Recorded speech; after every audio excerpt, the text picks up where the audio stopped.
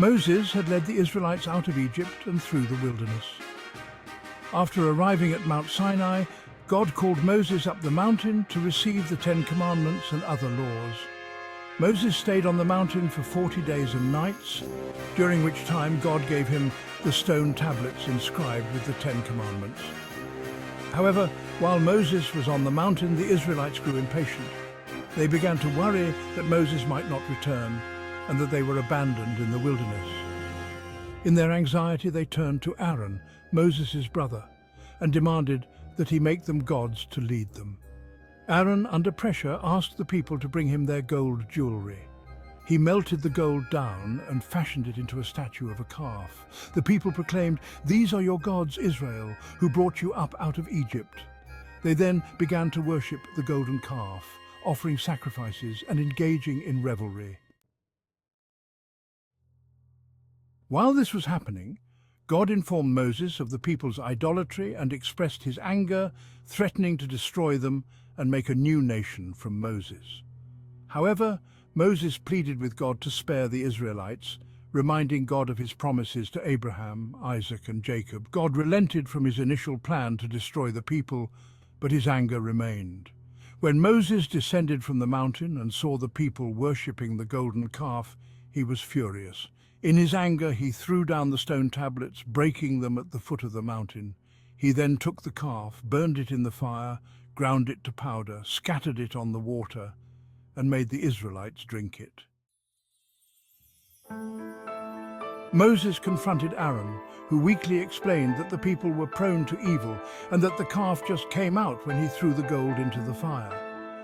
Moses then stood at the entrance of the camp and called out, "Whoever is for the Lord, come to me." The Levites rallied to him, and at Moses' command, they went through the camp, killing about 3,000 of those who participated in the idolatry. The next day, Moses went back up the mountain to plead with God for forgiveness on behalf of the people. God instructed Moses to lead the people to the Promised Land, but he also sent a plague as punishment for their sin. God then called Moses back to the mountain, where he renewed the covenant with Israel and gave Moses a new set of stone tablets. This story teaches several important lessons. First, the danger of impatience and idolatry. The Israelites' impatience led them to turn away from God and create an idol. This shows the dangers of losing faith and seeking quick, tangible solutions that go against God's will. Second, God's justice and mercy. While God was angry and justly punished the people for their sin, he also showed mercy by not destroying them completely and by renewing his covenant with them. Third, leadership and accountability. Moses' actions demonstrate the importance of strong, godly leadership and the responsibility leaders have to keep their people faithful to God.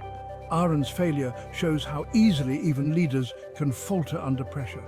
Fourth, the seriousness of sin. The story underscores the seriousness of idolatry and disobedience to God. The severe consequences faced by the Israelites serve as a warning to remain faithful and obedient to God. Lastly, the renewal of covenant. Despite the people's sin, God remained committed to his covenant with Israel. This illustrates God's faithfulness, even when his people are unfaithful. The most important lesson from the story of the golden calf is the importance of faithfulness to God, even in times of uncertainty.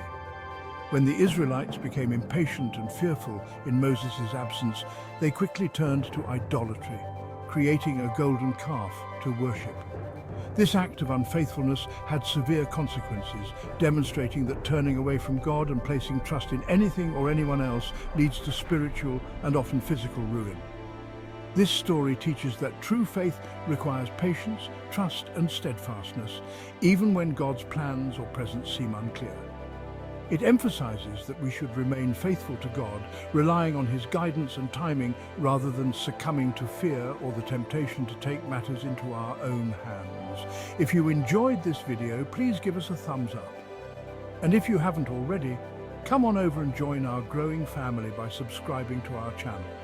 May God bless you and all your endeavors. Thank you for watching.